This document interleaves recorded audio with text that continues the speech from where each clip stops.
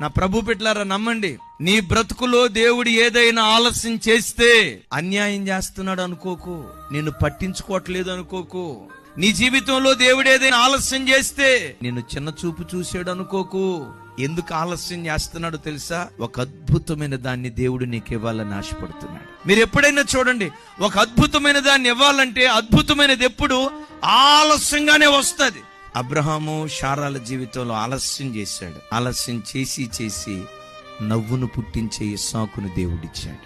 Hannah ఎల్కానాల జీవితంలో దేవుడు ఆలస్యం చేశాడు. ఆలస్యం చేసి తాను మొదలుకొని బెయిర్షెబ వరకు ప్రఖ్యాతిగాంచిన ప్రవక్త నా ఇంటిలో నుంచి లేవనెత్తాడు. ఎలిజబెత్ జకర్యాల జీవితంలో ఆలస్యం చేశాడు. ఇది ఒక సంతాన విషయంలోనే కాదండి, నీ జీవితంలో దేవుడు ఏ విషయంలో అయినా ఆలస్యం చేస్తా ఉంటే ఒక శ్రేష్టమైన దాన్ని దేవుడు నీ కొరకు సిద్ధపరుస్తున్నాడు అని నమ్మి ప్రభుని స్తుతించుదువుగాక.